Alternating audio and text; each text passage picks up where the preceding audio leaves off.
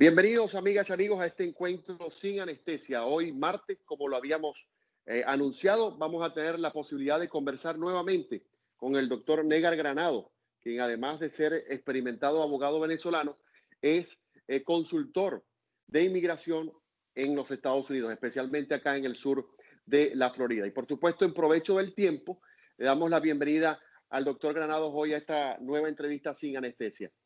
Bienvenido, Bueno, doctor. gracias, Germán. Buenos días. Un saludo para ti, para tu equipo de producción y para los escuchas que vamos a tener en el programa. Sí, sí. Hoy queremos también aprovechar al máximo el tiempo porque luego de la primera entrevista me escribieron sobre preguntas que quedaron al aire sobre el tema de inmigración y por supuesto como es un tema que va cambiando todos los días, para que hoy tengamos también la oportunidad de tratar de que la gente escuche lo que no pudo escuchar en la entrevista anterior. Pero por Sí. supuesto no podemos dejar pasar, doctor, lo que nos afecta también como venezolanos y es todo este mare magnum de noticias que se ha presentado esta semana. Las declaraciones de María Corina Machado con respecto a la reunión con Guaidó han causado como que una implosión dentro de la oposición, que para muchos dicen que no es adecuado, pero bajo mi opinión, yo creo que ha sido bien oportuno el que María Corina haya dicho lo que dijo, porque permite que la gente tenga en voz de María Corina la expresión que es muy común para nosotros escuchar en la calle. ¿Hasta cuándo negociamos? ¿Hasta cuándo vamos a firmar acuerdos? ¿Hasta cuándo vamos a seguirle el juego al gobierno? ¿Qué opinión le merece toda esta situación, doctor? Fíjate, yo creo que María Corina primero, es una mujer aguerrida que ha sido vapuleada dentro de Venezuela. Se le desconoció su inmunidad parlamentaria y su elección popular. De hecho, desde todo punto de vista, María Corina ha sido víctima del régimen, ha sido golpeada, fue despedida de la Asamblea Nacional cuando no podía ser despedida por Diosdado Cabello, y un sinfín de cosas que le han pasado a María Corina. Creo que María Corina es una mujer que ha mantenido su postura. No es una postura nueva, es una postura que viene desde que hacía política dentro de la Asamblea Nacional, y adicional a eso, María Corina fue la persona que le permitió la entrada a Juan Guaidó cuando es nombrado presidente interino. Cuando digo que le dio la entrada, fue una de las primeras personas, los factores de oposición, que lo reconoció como presidente interino, lo que significa que estuvo siempre de acuerdo con que esa era la vía. De hecho, se marcó una hoja de ruta donde se hablaba del cese de la usurpación, del gobierno de transición y unas elecciones libres. Y creo que ahí es donde está el punto focal de María Corina y la crítica que le hace a Juan Guaidó, que cómo se iba a unas elecciones sin haber cesado la usurpación y sin haber llegado a un gobierno de transición.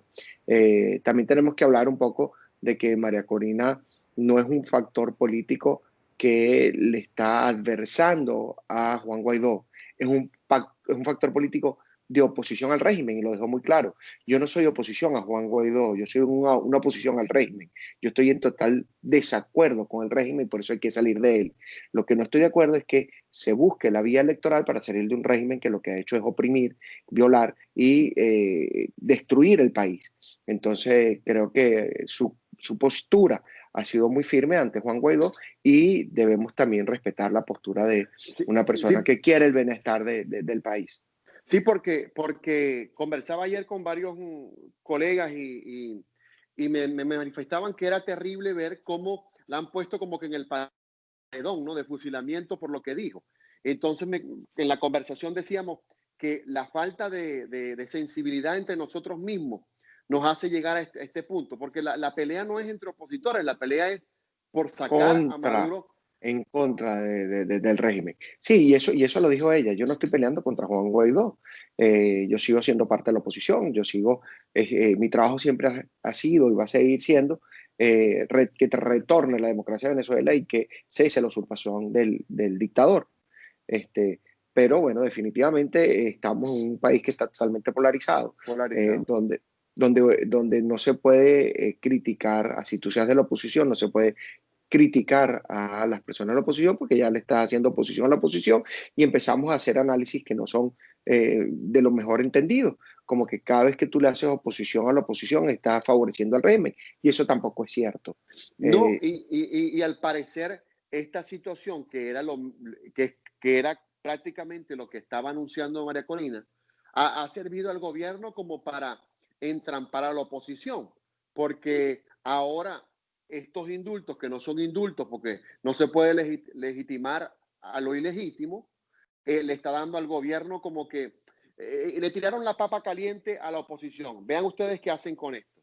Eso es correcto. Fíjate, ayer en un análisis que me tocó hacer aquí en una radio televisora de Miami, me tocó hacer un análisis en cuanto a qué pasa con la oposición.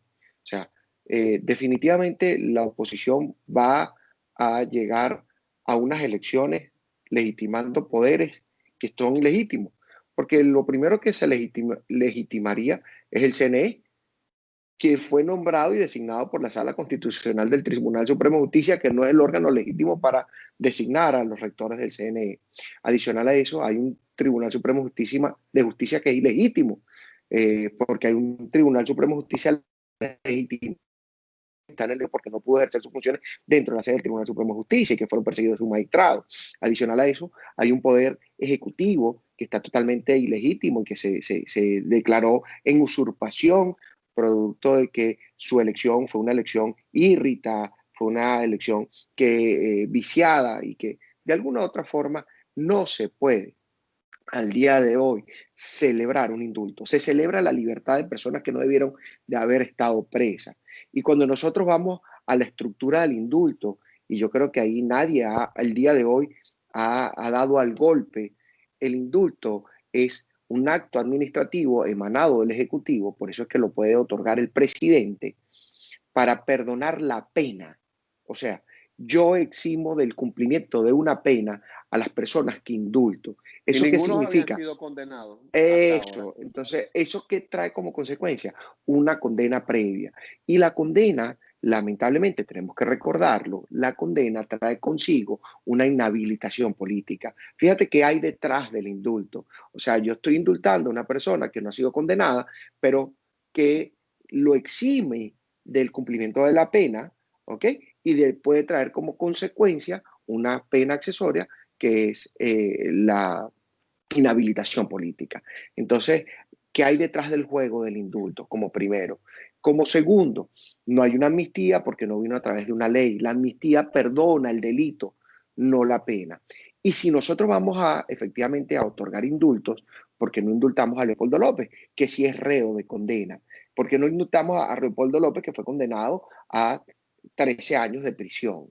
Porque no indultamos a los policías metropolitanos, que están cumpliendo 17 años privados de libertad de los 25 que tienen que cumplir?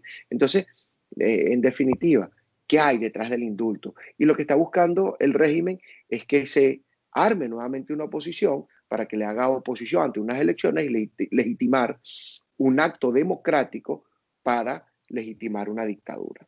Se rumoró el día de ayer entre periodistas que parte de esta negociación también respondía a acciones que ha emprendido Capriles, ¿no? Enrique Capriles. Entonces, los venezolanos estamos entrampados como que en la falta en la displicencia de algunos líderes opositores.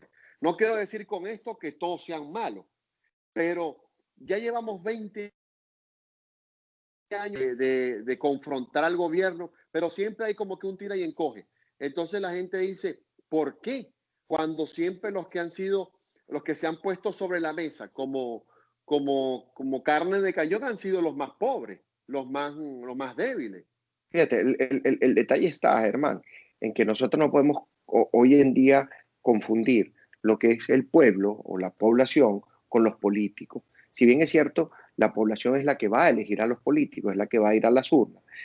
En el juego electoral no está la población incluida, está el régimen y los políticos. Entonces, Nada más. ¿quién le va a hacer el juego a quién? ¿Quién le va a hacer el juego a quién? O sea, ¿cómo yo el día de mañana voy a llamar a un acto electoral, a unas votaciones, cuando lo primero que estoy denunciando es que no existen las condiciones para ir a una elección. Segundo, he denunciado de que el sistema electoral venezolano está viciado. Tercero, he denunciado que el rector electoral había sido usurpado y está siendo usurpado hoy en día porque fue designado por el ente que no tiene legitimidad para designarlo. Entonces, ¿cómo yo voy a ir a unas elecciones y quién va a votar? ¿Quién va a contar mi voto? Porque el problema no es quién vote, el problema es quién cuenta los votos. Y yo creo que esto trae como consecuencia este indulto y lo que pase de ayer en adelante trae como consecuencia una división de la oposición, que es lo que está buscando el régimen. Ya yo lo había dicho, existe una oposición oficialista con la famosa mesita, la mesita de noche que le dijeron, hoy en día indultando a estos diputados que, vuelvo a decir, hay que aplaudirle la libertad de esos hombres que nunca debieron haber estado presos. Sí, porque estaban secuestrados. Era secuestrados, efectivamente. Pero ¿cómo tú indultas a alguien que no ha sido condenado? Como primero, ¿qué pasa cuando la condena opera? Tiene una pena accesoria que es la inhabilitación política. Entonces esas personas están inhabilitadas desde el punto de vista constitucional y jurídico para eh, condena política, para formar parte de un partido político que pueda ser postulado a una diputaduría. Entonces, eso es bien complicado y el análisis hay que partirlo de ahí.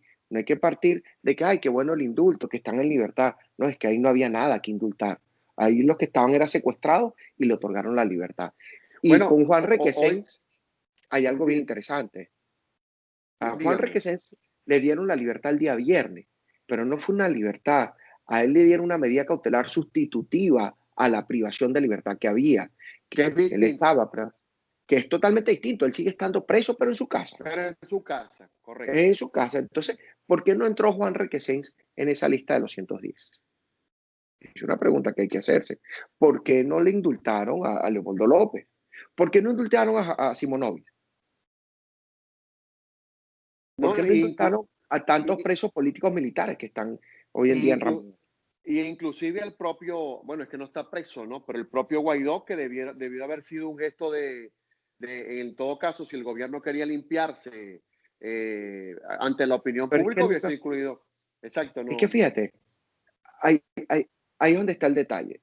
Ellos reconocen que no tienen la Asamblea Nacional para formar la ley de amnistía, que sería lo oportuno en este caso. Se fueron por la vía administrativa, se fueron por la vía del decreto de indulto presidencial. Pero el indulto presidencial, vuelvo a decirlo, lo que hace es exonerar la condena, la pena, el cumplimiento de la pena, no el delito. Entonces, la amnistía, que es la que operaría para exonerar del delito, no lo pueden hacer porque no No tienen la existe. Asamblea Nacional para poder legislar. Y la Asamblea Nacional Constituyente no es el órgano ideal para eso. Doctor, hay algo bien importante que usted acaba de acotar. Es qué va a suceder a partir de lo que ocurrió ayer en adelante. Y hoy pude ver en algunos medios impresos cómo, por ejemplo, el expresidente Andrés Pastrana admite o dice aceptar este indulto por parte de Maduro sería legitimar a Maduro como presidente. Entonces, hay que ver cuáles serían ahora las implicaciones desde el punto de vista internacional, ¿no? De la opinión internacional de este caso, porque ya vemos que lo que está diciendo Pastrana es totalmente cierto. Y esa puede ser la posición de tantos otros presidentes en el exterior. Pudieran Claro, decir, nosotros estamos apoyando a Guaidó, pero en realidad el que tiene el marco constitucional para dar las órdenes sigue siendo Maduro. el, Entonces, ¿cómo el, hacemos? efectivamente, y lo decía hoy el presidente del Tribunal Supremo de Justicia en el exilio, Antonio Marval, decía que el único que tenía legitimidad para indultar era Juan Guaidó, no era Nicolás Maduro. Entonces, cuando nosotros vemos con beneplácito un indulto otorgado por un dictador, le estamos dando un reconocimiento de presidente. Entonces, vuelvo a decir, estamos totalmente ambiguos, no sabemos a quién dirigirnos, no sabemos quién nos dirige, lo que sí sabemos es que estamos oprimidos, que estamos violados nuestros derechos humanos, que nuestras riquezas se han perdido porque se han despilfarrado de manera abrumadora. Entonces, yo no puedo reconocer al día de hoy al régimen. En Venezuela existe y opera un régimen. Nicolás Maduro es un dictador y adicional a eso, eh, el, eh, el presidente interino no ha podido ejercer sus actos de gobierno. Entonces, estamos en un vacío muy grande. Un vacío, uno puede hablar de un vacío de poder porque el poder está usurpado por este dictador, pero no hay herramientas para retornar la democracia. Si bien es cierto, Germán, que el instrumento ideal para la democracia es el voto, en este momento no se puede ejercer. No, y hay otro punto que hay que también que aclarar que es el objetivo de estas entrevistas, ¿no? Que es hablar a calzón quitado, porque ya la gente está cansada de que le Sin disfracen las anestesia, cosas. sin Sí, así es. anestesia. Este, hay un punto importante, incluso la semana pasada tuve la oportunidad de conversar unos minutos con Antonio Ledesma y me pareció interesante una posición que él manejó, y era el hecho de que él aplaudía como político, y ahí hay que admirarlo porque es un hombre que desde los 23 años está en la política en Venezuela. Y él decía que la rectificación que estaba intentando hacer Guaidó al llamar a los partidos políticos a unirse era totalmente aceptable, pero que él, como condición, le iba a manifestar a Guaidó que debía deslastrarse de un grupo de personas que habían como que frenado o habían bloqueado las acciones que él debió haber emprendido. Incluso él manifestaba que este grupo del G4, de estos partidos políticos que han cercado a Guaidó, debía Guaidó separarse de esa gente. ¿Qué opinión le merece a usted esa posición? ¿Está él en lo correcto o es solamente una opinión para manifestar que está en contra de la gente que está con Guaidó?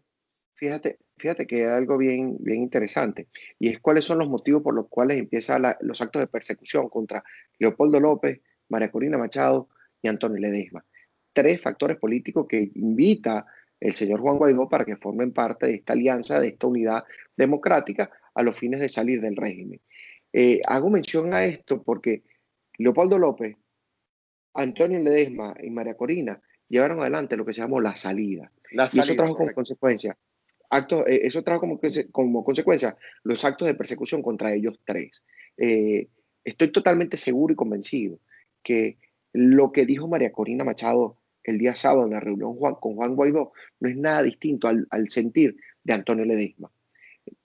¿Qué significa esto? Que efectivamente la oposición política oficialista le está haciendo daño a la oposición de Juan Guaidó, o mejor dicho, para reconocer efectivamente la legitimidad de Juan Guaidó y ordenarle que gobierne, se necesita que no haya estos factores de oposición que le hacen el juego al régimen. Y Incluso me manifestó Ledesma que ellos le pidieron en principio a Guaidó que se deslindara de su de su partido afiliación político. política. Ajá. Y él en aquel momento, en conversaciones, prácticamente que lo admitió, que lo iba a hacer, pero a la final no lo hizo. No lo hizo. Porque ellos manifiestan algo que también manifiesta la opinión pública, que es que, que prácticamente todas las acciones que está emprendiendo Guaidó responden a direcciones o a directrices de Leopoldo López. Y en la actualidad hay un fuerte cuestionamiento sobre las acciones que Leopoldo López y Lilian Tintori han emprendido en el exterior, que incluso algunas, y nosotros lo hemos vivido aquí con el caso de Rivera y otras reuniones que salieron al aire, de que lo han como que manchado.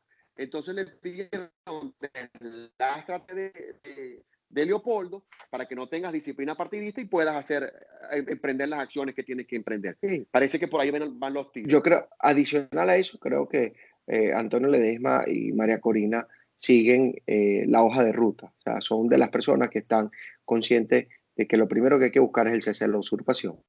Y son de las personas que están llamando a una intervención que es totalmente distinto a una invasión, una intervención con fines humanitarios, con acompañamiento militar. Por algo muy sencillo, porque eso es como pedirle al secuestrado que se libere sin la fuerza policial. Nosotros somos un país que está totalmente secuestrado por unos criminales, que es una banda de delincuencia organizada, y que lamentablemente no tenemos ningún agente de la ley que enfuerce, que ayude a rescatar la democracia de Venezuela, dentro de Venezuela. Y necesitamos que nuestros aliados, nuestros vecinos, Colombia, Brasil, Estados Unidos, formen esta coalición de países que ayuden a la intervención humanitaria con acompañamiento militar para poder sacar al régimen, para que cese la usurpación y después llamar a un gobierno de transición. Pero ¿usted cree que esa posición sí sea viable en vista de todo lo que hemos visto? Porque Estados Unidos en sus emisarios, en principio dijo, todas las opciones están sobre la mesa, pero las opciones parece que quedaron ahí. ¿Es viable que eso ocurra? Mira, Germán, lo primero que tenemos que entender es que es un año electoral para los Estados Unidos. Lo segundo que tenemos que entender es que estamos en una pandemia donde, de hecho, el Departamento de Estado y la Casa Blanca ya anunciaron la reducción de las tropas militares en Irak. ¿Ok? Tercero, hay que entender de que Estados Unidos no va a poner sangre de americanos en Venezuela, porque también hay que hacer el análisis que en Venezuela hay personas que están armadas, hay personas que van a dar la vida por mantener el régimen y los aliados también van a tener que entrar a un sitio que es totalmente inhóspito para ellos, a un sitio que es totalmente desconocido y que van a necesitar de alguna otra forma la ayuda de fuerzas militares venezolanas leales a ellos, que ahorita no se conocen. Entonces, eh, lo que nos tiene, ¿ok? Pero sí, definitivamente el R2P sigue estando dentro del marco de las Naciones Unidas, el TIAR sigue estando dentro del marco del TIAR y eso hay que tomarlo en consideración y no podemos desprendernos de ello. Entonces podemos decir que sin lugar a dudas, toda esta implosión que ha ocasionado el llamado a la unidad nos está dejando muchas cosas que por ver a futuro o a corto plazo, ¿no? Sí, hay algo bien interesante, Germán, y es que adicional a la situación política que se está viviendo en Venezuela, hay una situación social que no la podemos dejar de perder de vista. Primero, ¿para qué le ha servido la pandemia al régimen? Para mantener un control social. O sea, en Venezuela no hay gasolina, no es porque no se esté produciendo, adicional a que no se está produciendo, es que no hay gasolina para que la gente se mantenga en sus casas y no salgan a la calle. Adicional a eso, implementaron un cronograma de 7 días de cuarentena por 7 días de libertad. Entonces eso sigue siendo un control social producto de la pandemia. Adicional a eso, las personas en Venezuela tienen miedo de hacerse el examen del COVID porque si salen positivos los llevan a estos centros de salud donde no le garantizan ni siquiera la salud a las personas que están infectadas del COVID. ¿Qué haces si te sales positivo en el COVID? ¿O qué haces tú como ciudadano si tienes los síntomas? Te quedas en tu casa, no sales. Y le ha servido para control social, para que no haya un estallido, para que no haya una explosión social, que no es que no existan las condiciones.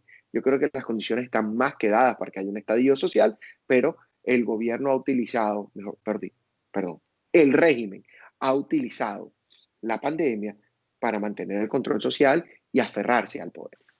Sí, pero sin lugar a dudas, como dice usted, ese caldo está ahí, ese caldo de cultivo está ahí para que haga implosión y Ojalá, en cualquier momento, y es mi percepción por lo que vivo, porque tengo un familiares en Venezuela, las cosas cada día se ponen más difíciles. sí, Y, y el detalle está, Germán, y te lo voy a decir con mucha lástima, con mucha responsabilidad, pero con mucha lástima, es que nos vamos acostumbrando. ese es el Ya, problema.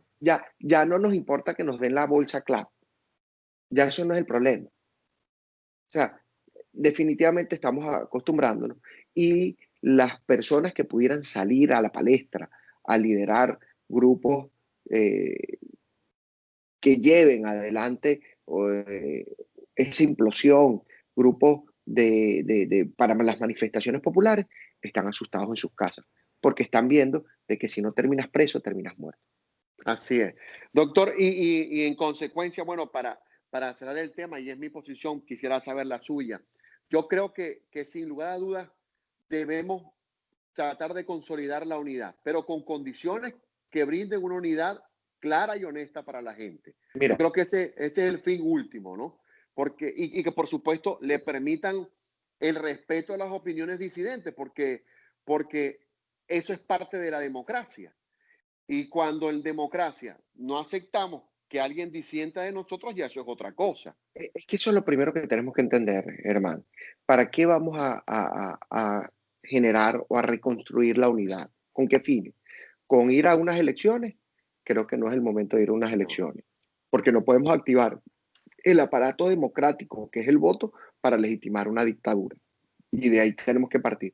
Que tenemos que estar fortalecidos como una unidad democrática para cuando retorne la democracia. Sí, efectivamente estoy de acuerdo contigo. Que no debería de haber choques internos entre los partidos de oposición, sino que debería ser una unidad, un solo partido, que sea monolítico, que lleve adelante la política para el retorno de la democracia. Sí, estoy totalmente de acuerdo contigo. Pero este no es el momento para legitimar a un régimen a través del voto.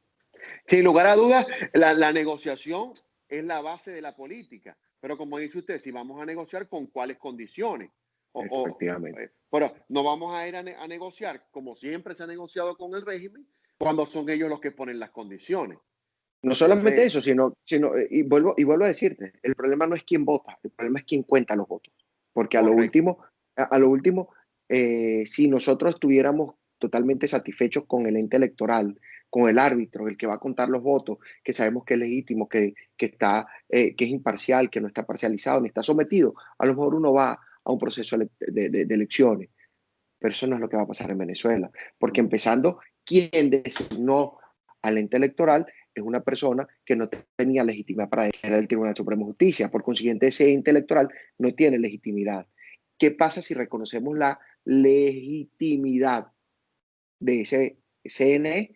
Definitivamente, entonces, cuando él dicte quién es el ganador, no podemos decir, no, porque ustedes no son ilegítimos, pero si fuimos a unas elecciones con esas condiciones. ¿Qué es lo que siempre, a lo que siempre ha apelado el gobierno en su discurso? El régimen, el Perdón, régimen. el Uh -huh. régimen, de que ustedes han ido a elecciones con este CNE, ¿por Eso es qué no ir correcto. ahora? Entonces, Eso es correcto. meten en esa encrucijada a El la problema está que oposición. nosotros también tenemos que tener una memoria no tan corta, tenemos que tener una memoria a largo plazo.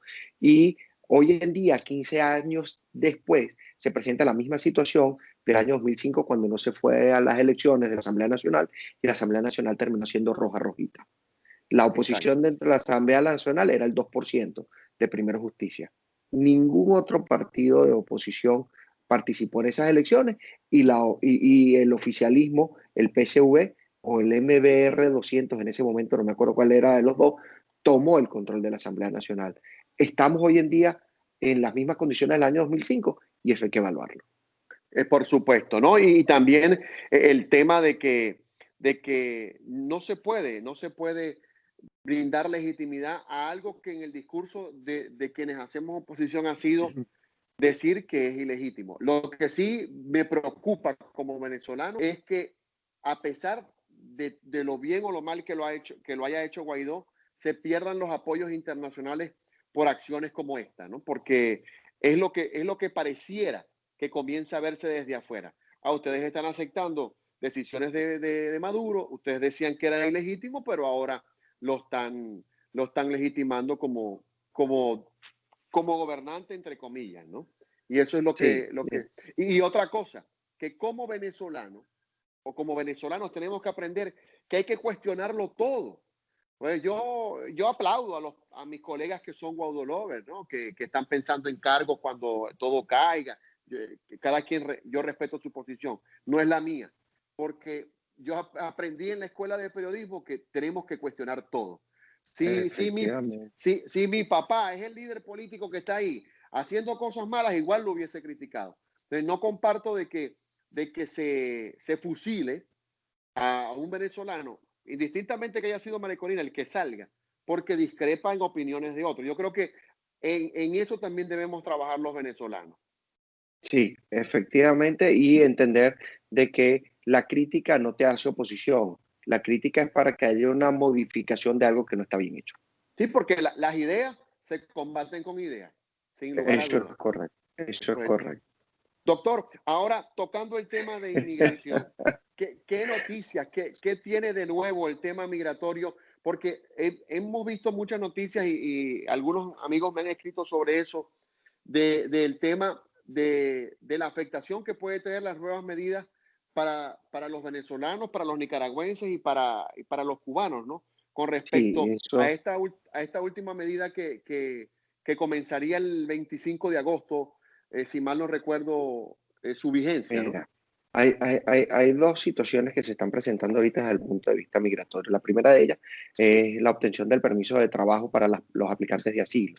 Se estableció una regla final de que las personas que estaban bajo un proceso de asilo tenían que esperar que transcurrieran 365 días para aplicar un permiso de trabajo.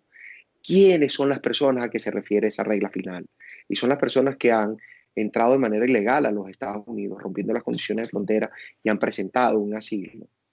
Segundo, son las personas que no tienen un alien de entrada o de llegada a los Estados Unidos. Son personas que no se presentaron ante el CBP y rompieron las condiciones de frontera. Tercero, las personas que han entrado de manera legal a los Estados Unidos, pero presentaron el asilo después de un año de haber entrado a los Estados Unidos. Tienen que esperar el transcurso de 365 días para aplicar el permiso de trabajo. Y Este, en ese caso podemos decir que no es la generalidad de las personas como mucha gente está angustiada, ¿no? efectivamente, y por eso quería dejarlo claro, las personas que entraron y obtuvieron una entrada con la categoría B1, B2, entraron con una visa de turista y se quedaron y presentaron el asilo antes de cumplir un año, efecto final del 25 de agosto del año. Las personas que ya han estado en el proceso de asilo antes del 25 de agosto del año 2020 tampoco le afecta esta regla final. Las personas que entraron y se sometieron al proceso de MPP y le otorgaron un parol de entrada, tampoco le afecta esta regla de, el 25 de agosto. Entonces, esta regla es específica para las personas que entraron rompiendo la condición de frontera, no se presentaron ante la gente de CBP para que le dieran un alien arriving o un alien de entrada, y adicional a eso, entraron de manera legal y pasaron más de un año sin presentar una aplicación de asilo y presentaron el asilo, le afectaría esta regla de los 365 días. Ayer salió otra información muy interesante, que fue otra regla final para lo que es la obtención de la residencia por a través del TPS. Se llegó a un acuerdo de que las personas que tenían un TPS no podían legalizarse y obtener su residencia permanente en los Estados Unidos. Esa regla está nuevecita, salió ayer, apenas vamos a empezar a leerla para ver qué pasa con las personas que tienen un TPS en los Estados Unidos en el transcurso del tiempo. Parece que el tema de ese punto del TPS involucra los permisos de viaje a las personas que solicitaron en algún momento teniendo TPS permisos de viaje, son las que principalmente va a afectar la decisión. Corríjame usted si no estoy en lo correcto. Eso es correcto. Adicional a eso, no solamente por haber pedido un permiso de viaje, porque la persona por condiciones humanitarias pudiera pedir un permiso de viaje. El detalle está en qué tiempo quedaste fuera de los Estados Unidos por ese permiso de viaje. Debemos entender que si hay una condición para el residente permanente, que es el que debe residir en los Estados Unidos por lo menos 180 días al año, no continuo, pero 180 días al año, una persona que ni siquiera tiene un estatus definido, porque lo que tiene es un estatus de protección temporal, pide un permiso de viaje y pase más de 6 meses fuera de los Estados Unidos. Entonces, eso es lo que se está evaluando. Se está evaluando no como una sanción, sino más bien como la adecuación de la norma para que la persona que está en TPS entienda que es un estatus de protección temporal dentro de los Estados Unidos, que pudiera perder cualquier beneficio de ley a consecuencia de haber estado mucho tiempo fuera de los Estados Unidos. Doctor, me escribieron a propósito de la entrevista anterior que le permitiera a usted de nuevo a la gente conocer cuáles otras opciones existen dentro de los Estados Unidos para, para normalizar el estatus de las personas que lo deseen, ¿no? Tanto si pudiéramos con concisión en el tiempo hablar de los que están dentro, que de pronto tienen algún tipo de estatus y los que están fuera que quieren Fíjate, hacer vida acá. vamos a partir de lo cierto. La única forma de venir a los Estados Unidos es a través de un proceso de visa. Las visas se dividen en dos grupos, visas de no inmigrantes y visas de inmigrantes. Las visas de no inmigrantes son las visas que me permiten venir a los Estados Unidos por un periodo determinado, por un tiempo determinado, por un objetivo determinado, por una misión determinada. Una vez cumplido el periodo, el tiempo, la misión y el objetivo de la visa, debo regresar a mi país. Las visas de inmigrante son las visas que me permiten residirme a los Estados Unidos, residirme en los Estados Unidos como residente permanente en los Estados Unidos. Y son las peticiones familiares, las peticiones por trabajo, la lotería de visa y la visa de inversionistas. Cuando nosotros estamos dentro de los Estados Unidos, nosotros podemos hacer un cambio de estatus. El cambio de estatus es, si entramos con una visa B1, B2, cambiar a una visa F de estudiante, sin salir de los Estados Unidos, haciendo un proceso de cambio de estatus, que es un proceso interno que lo establece la legislación. Si estamos fuera de los Estados Unidos, tenemos que pedir una visa e ir a una entrevista consular. El detalle está que en la actualidad hay una directiva ejecutiva emanada del presidente Donald Trump, que hay determinadas visas hasta el 31 de diciembre del año 2020 que no van a ser procesadas, como la visa J, la visa H, la visa L, que son visas que me permiten venir a los Estados Unidos a trabajar. ¿Ok?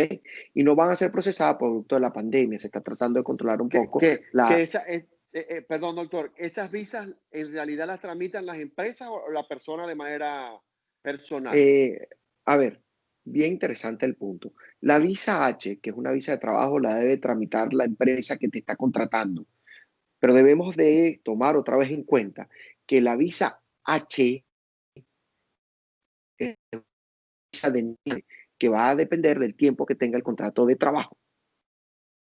Entonces, efectivamente, la visa H, la visa J, que es la visa de intercambio académico, y la visa L es una visa que también me permite trabajar, se llama visa de traslado ejecutivo. Un ejecutivo de una empresa extranjera que tenga una ramificación aquí en los Estados Unidos o que tenga otra empresa y requiera un ejecutivo de esta empresa extranjera para el giro comercial de esta empresa en los Estados Unidos, se hace una visa para que sea trasladado a los Estados Unidos, la famosa visa L1. Esas visas están en suspenso hasta el 31 de diciembre del año 2020. Y doctor, hay personas que también me escribieron hablándome de lo que llaman la certificación laboral. Conocía un poco sobre el tema, pero no sabía que mucha gente lo usaba como una opción para lograr Sí. un estatus. ¿En qué consiste? El problema no es que se use la certificación laboral para lograr un estatus. Y de ahí la discrepancia entre varios abogados, porque hay criterios distintos. El detalle está en que la visa de inmigrante por trabajo, la acabo de mencionar, se llamaba antes certificación laboral, lo que en inglés se traduce Labor Certification, y en la actualidad se llama PERM. PERM es un programa de obtención de visas por trabajo, donde una empresa americana va a sponsorear a un extranjero con una promesa futura de trabajo para que le otorguen una residencia. El detalle está que si estás fuera de los Estados Unidos, lo puedes hacer porque no impacta tu estatus dentro de los Estados Unidos. El detalle está en que la gente está utilizando esa vía ya estando dentro de los Estados Unidos. Y la calificación del trabajador, que es EB1, EB2, EB3 o EB4, tiene tiempo de prioridades, tiene tiempo de demora y esa demora va en contra de la persona que llegó a los Estados Unidos con una visa B1, B2, que solo le permite una estadía de 6 meses y a lo mejor están procesando la visa EB3 o la clasificación EB3 Que es la más larga. para el año 2017. ¿Cómo te mantienes en los Estados Unidos con un estatus positivo para después hacer un ajuste de estatus y obtener una residencia permanente? Y ahí es donde está la gran pregunta y el gran quid del asunto. Y ahí está el tema del que no se le habla a quienes lo hacen, ¿no? Porque efectivamente hay que ser bien claro y tienes que ser totalmente responsable en decirle a esa persona, mira, tú entraste con una visa B1, B2, vamos a aplicar a un PERM. Tenemos que buscar primero un sponsorship, una persona que te sponsoree, una empresa. Segundo, tenemos que hacer un proceso ante el Departamento del Trabajo para que certifiquen a la empresa y califiquen al trabajador. Después que nosotros tenemos ese proceso listo, que trae como consecuencia también la publicación en prensa escrita y en radio de esa oferta de trabajo para ver si hay alguien que tenga condiciones mejores que la de la que personas que se pretende sponsorear. Entonces, una vez aprobado la certificación por parte del Departamento de Trabajo, entramos en un proceso migratorio, ¿ok? Entonces, entrando en ese proceso migratorio, si la persona no tiene estatus, ¿cómo hace para ajustar un estatus que ya lo perdió? Porque si entra con una visa B1, B2, ese estatus se pierde a los 6 meses. Y por más que se haga una extensión de estadía, que pudiera ser una vía, esa extensión de estadía no es más que por 6 meses más. Y si el proceso de la visa EB3 está en el año 2017 y estamos en el año 2020, tú vas a necesitar por lo menos 2 años de estadía en los Estados Unidos. Entonces hay que hacer un proceso de un cambio de estatus a visa de estudiante para dentro de ese cambio de estatus, poner a estudiar a una persona, mantener un estatus positivo para después hacer un ajuste de estatus y obtener la residencia. Es un proceso bien complicado y la gente lo ha vendido con mucha facilidad. Sí, y es importante, espero que con su explicación, la gente me consultó al respecto, con sus mensajes haya tenido respuesta, porque en la misma vorágine que hay de la gente querer estar totalmente legal y poder establecerse de forma normal, la gente a veces cae en esos procesos donde lo que hace es perder tiempo, pierde dinero y además Dinero, daña su su documentación porque estatus. afecta sus visas y se hace Hay todo más algo, complicado. hay algo que ha estado pasando muchísimo y es que muchas personas, aplicantes de asilo, se fueron a buscar la certificación laboral. Yo, en lo particular, de manera muy responsable y en mi opinión, el asilo no es un estatus migratorio hasta tanto no ha sido aprobado. Las personas que están en un proceso de aplicación de asilo, que es un asilo afirmativo que está pendiente y no ha tenido entrevista y no le han aprobado su asilo, no tiene estatus migratorio en los Estados Unidos. No tiene estatus migratorio para hacer un proceso de ajuste de estatus. ¿Qué es el ajuste de estatus? Es pasar de la visa de no inmigrante a una visa de inmigrante, de una visa de no residente a una visa de residente, de un estatus de no residente que me obliga a salir del país una vez que se vence a un estatus de residente permanente en los Estados Unidos. Entonces, el asilo no forma parte de las visas, sino es una modalidad de protección. Se llama asilo en modalidad de protección Hasta tanto esté aprobado. hasta tanto esté aprobado. Entonces, a ver, yo tengo casos de clientes que tienen 3 y 4 años esperando una entrevista de asilo. Son personas que están de manera legal en los Estados Unidos porque hicieron una aplicación de asilo, tienen un permiso de trabajo y están inmersos en el sistema laboral o educativo de los Estados Unidos. Pero hasta tanto ese asilo no esté aprobado, él no tiene el estatus de asilado, que eso sí ya es un estatus. ¿Okay? Cuando a ti te aprueban el asilo, te otorgan una nueva I-94 y esa I-94 dice estatus de asilado indefinido. Mientras tanto, tu estatus con el que entraste se venció, que era el de la visa B1, B2, que fue por 6 meses. Te mantienes en una legalidad dentro de los Estados Unidos porque tú aplicaste a una protección en modalidad de asilo, pero que no está siendo resuelta. Entonces, si yo apliqué y no está siendo resuelta todavía porque no tengo estatus, cuando a mí me aprueben la I-140, que es la petición de alguien para trabajador, producto de la certificación laboral, ¿cómo hago para ajustar un estatus que no tengo? Y eso queda a discrecionalidad del oficial de migración. Es lo mismo, también me consultaban sobre el tema de las personas que han solicitado, no sé cómo se llama porque desconozco el término, participar en los sorteos de la Green Card. Y resulta que están dentro del territorio americano porque vinieron de viaje o porque de pronto solicitaron asilo y siguieron participando en ese tipo de cosas y resultan beneficiarios De la, de, de la Green Card. ¿Esa persona cómo queda? O que ese choque ahí también me pidieron que le consultara porque hay gente que desconoce si puede hacer eso y si lo hace y resulta ganador, ¿qué pasa?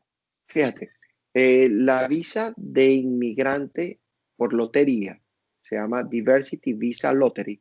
es una visa que te deben de estampar en tu pasaporte para entrar a los Estados Unidos, la cual una vez que tú te presentas al oficial de migración, porque en el consulado te entregan un sobre cerrado, sellado, que te dice, usted le va a entregar este sobre al oficial de migración cuando usted entra a los Estados Unidos, te anulan esa visa que te estamparon en el pasaporte y te dicen que en 30 días debe llegar tu green card a la dirección que tú presentaste, donde ibas a llegar.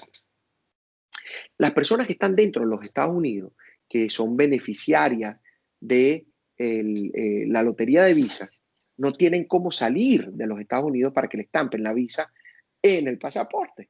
Y ahí es donde empieza el primer problema, porque tendrían que presentar ante el National Visa Center una petición de ver si ellos pueden ajustar estatus dentro de los Estados Unidos. Pero ¿con qué estatus se van a ajustar dentro de los Estados Unidos si la mayoría de esas personas están bajo un proceso de asilo que no les permite ajustar estatus porque no tienen estatus por lo que acabo de decir? Entonces, la situación es bien compleja. Y en ese caso, esa persona no, es que es bien complicado, ¿no? Porque en ese caso esa persona, si sale es probable que no pueda entrar, ¿no? Por el tema de que Efectivamente, ya se le venció su estatus mira, supongamos que él pida un advance parole, porque en la misma notificación de que se recibió el asilo, dice, mientras su proceso ha sido de salir, usted debe pedir un advance parole. Un advance parole es un permiso de roque. Supongamos que él pide un permiso para reentrar. Sale para que le estampen la en el visa pasaporte. en el pasaporte y se viene a los Estados Unidos. Lo primero que va a buscar el oficial de migración en los Estados Unidos es que él acumuló un tiempo negativo de migración, porque su estatus con el que entró B1, B2 se había expirado. Entonces él puede decir, no, pero es que yo tengo un permiso de reentrada. Mire, yo pedí un permiso de reentrada porque yo fui beneficiario de la lotería de visa. Debemos también recordar que el acto de entrada a los Estados Unidos es un acto discrecional de CBP, de un oficial de fronteras, ¿ok? Y es un acto discrecional porque ni con una visa te garantizan el ingreso. A donde quiero llegar, si el oficial considera que esa persona no debe entrar, no le va a permitir entrar. Entonces, vuelvo a decirle, hay mucha discrecionalidad del oficial, tanto de migración, del USCIS, como de CBP, que es el oficial de Bording Frontera. Doctor, en provecho del tiempo, ya nos quedan un poquito más de 10 minutos. ¿Qué otros escenarios se pueden presentar de los cuales deben escapar? Hablamos de los venezolanos porque, bueno, son nuestros compatriotas, pero las personas que tienen intenciones de legalizar su estatus, quienes nos pueden ver en Venezuela que están pensando en una salida, ¿a qué cosas deben o qué cosas deben evitar para evitar ser víctimas de fraude? Porque en cierto modo, una persona a la que se le vende la certificación laboral como una alternativa y no se le explica lo que es, está perdiendo, prácticamente pierde tiempo y pierde dinero y pierde todo. Y quien toma acciones que no debe tomar, está perdiendo tiempo, está cayendo en ilegalidad y está complicando más sus procesos. Mira, Herman, lo vemos a diario aquí en la oficina. Vemos personas venezolanas, cubanas, que no saben qué hacer. Lo primero que se le aconseja es que consulten y contraten un abogado, que lo hagan, que sea lo primero que hagan, por algo muy sencillo. Primero, los procesos se pueden llevar de manera autónoma. Tú lo puedes hacer, nadie te impide que lo hagas, ni la ley te dice tú tienes que estar acompañado de un abogado, tú lo puedes hacer. El detalle está en que la formación de un expediente para una aplicación de visa, el expediente para un cambio de estatus, el expediente para un ajuste de estatus, tiene muchos requerimientos que el ciudadano común no lo sabe y eso lo hace cometer errores. Y cometer errores significa que puede poner en riesgo hasta su estatus dentro de los Estados Unidos. Ayer me tocó un caso de una persona que entró a los Estados Unidos el 29 de febrero, se le venció su estadía el 28 de agosto y se presentó ayer en la oficina para decirme yo necesito una extensión de estadía. ¿Y cómo te hago una extensión de estadía cuando ya no tienes? Cuando ya tú estás en ilegalidad. ¿Qué te toca? Te toca salir, porque la propia ley es benevolente, te dice, si tú sales antes de cumplir un año, o sea, dentro del periodo de los 6 meses después que te quedaste fuera de estatus, no te impongo ninguna sanción. Y ¿Ok? esto tampoco le brinda la posibilidad de que cuando quiera volver a entrar, pueda entrar, ¿no? Poco, Sí, porque pero te pudiera. En el caso de ayer era un señor peruano de 87 años. Yo no creo que el oficial vaya a decir, no, es que usted vino fue a trabajar. se iba a quedar, sí. Exacto. Pero, bueno, y a lo último, tiene una hija que es ciudadana americana, que lo puede pedir, lo puede legalizar por esa vía. Pero, ¿qué pasaba? Que esa persona trató de hacerlo él y no pudo. Trató de hacerlo él y no pudo. Tengo otras personas que conocen el idioma, trató el señor, una pareja, trató el señor de hacer una extensión de estadía, la hizo para él y creyó que su esposa era dependiente. Y Oh. la señora se queda fuera de estatus el 9 de septiembre, el 3 de septiembre. Y para ese día, 3 de septiembre, si no se hacía una petición, si antes de ese 13 no se hacía una petición particular de ella, la señora quedaba fuera de estatus. Entonces, bueno, corriendo se tuvo que hacer el día viernes una aplicación para extensión de estadía para la señora, que supuestamente creyó el señor que por ser su esposa era dependiente y la metió en la de él, cosa que no es cierta. Sin lugar a dudas, lo más importante es que quienes nos están viendo y sobre todo para quienes me escribieron, que busquen la asesoría legal De de un un abogado. abogado. Eso es correcto. Incluso algunos amigos que tengo y gente que me escribió hablan de que tienen de que los asesoran paralegales. Bueno, también es una vía, ¿no? Porque siempre Sí, hay paralegales que dependen de un abogado, ¿no? Pero también efectivamente. yo partiría del hecho de que fuese un abogado mejor en vez de un paralegal, ¿no? Hernán, quiero ser bien claro en esto. El paralegal es una persona que asiste al abogado, ¿ok? Y quiero ser más claro aún, sin ser petulante ni pedante con lo que voy a decir. Los abogados que nos están viendo no necesariamente tienen que ser paralegales. El paralegal es una persona que no tiene estudios de derecho y que hace una certificación o un curso para convertirse en paralegal y ser asistente de un abogado. No nos demeritemos a nosotros mismos. Yo, por no tener una licencia para ejercer en los Estados Unidos, no dejo de ser abogado. Germán, por no tener una licencia para ejercer como periodista en los Estados No Unidos, no debo- deja de ser periodista. Germán, tú eres un comunicador social, yo soy un abogado y el universo de personas que nos está viendo siguen manteniendo su título, pues fueron títulos que fueron obtenidos Entonces, legalmente. lo más Hay importante procesos es que para, que se busquen su paralegal o se busquen su abogado o para su que los abogado. asista. Eso es No, correcto. sí, no, Eso es. le hablé del tema del paralegal porque mucha gente discrimina, ¿no?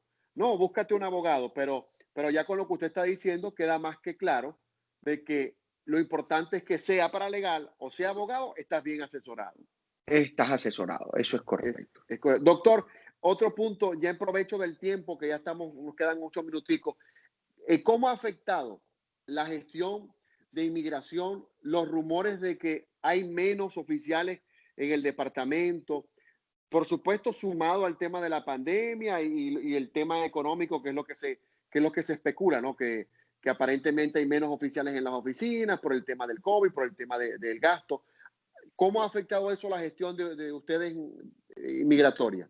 Mira, efectivamente nosotros hoy en día vemos la repercusión de que hayan disminuido el staff en un 60% del USCIS.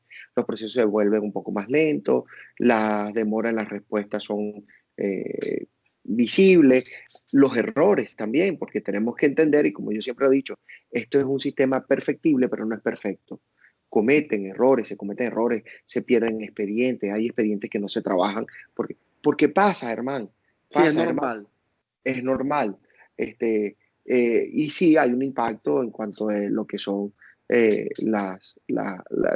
procesamiento, el tiempo de procesamiento y de respuesta para los casos que se someten.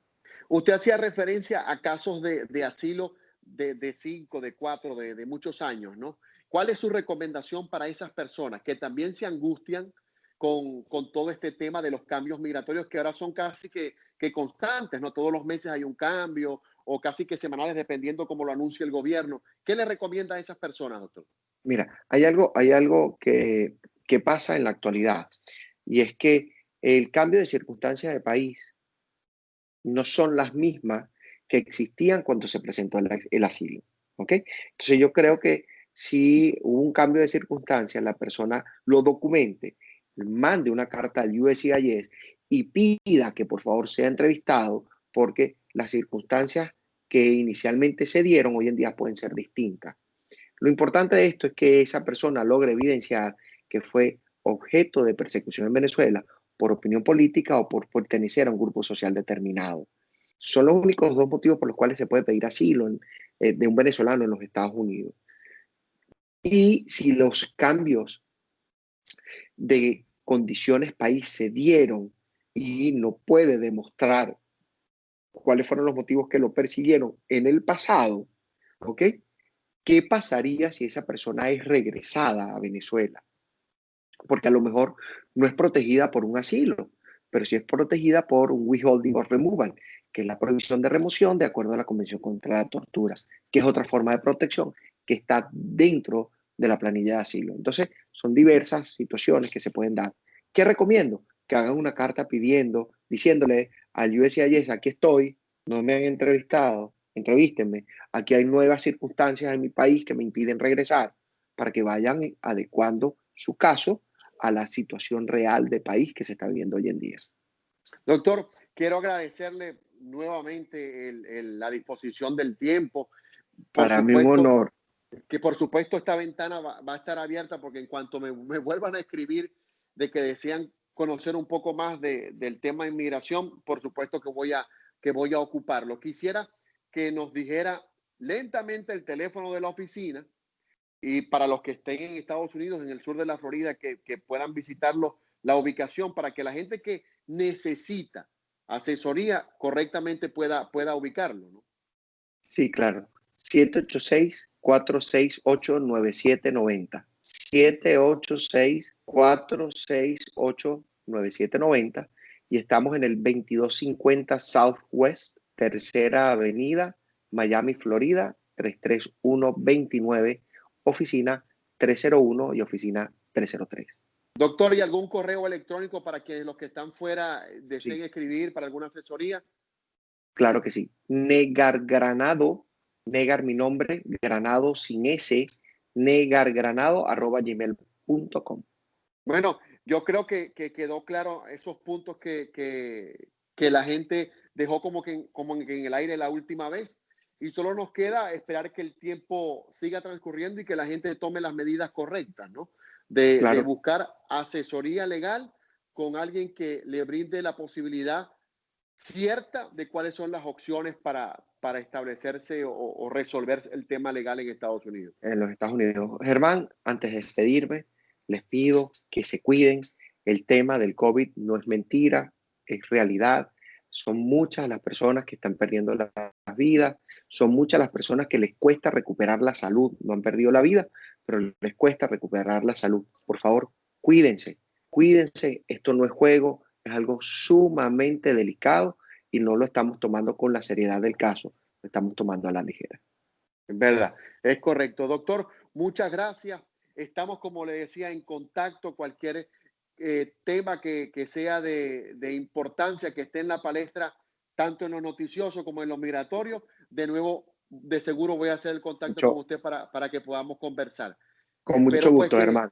espero pues que quienes hayan tenido la oportunidad de ver esta entrevista, que va a estar posteada en nuestro podcast y en nuestro canal de YouTube, además del Instagram Live, puedan pues aclarar sus dudas y cualquier cosa comunicarse con usted para resolver el problema que puedan tener desde el punto de vista legal. Con mucho gusto y un placer acompañarte siempre, Germán. Gracias, doctor. Bueno, muchas gracias. Agradecemos al doctor Negar Granado, quien nos acompañó hoy en esta entrevista sin anestesia. Esperamos pues volvernos a ver el próximo martes por esta vía en este live que acostumbramos semanalmente sin anestesia. Muchas gracias, doctor. Cuídense. Saludos, un Gracias. abrazo. Hasta luego.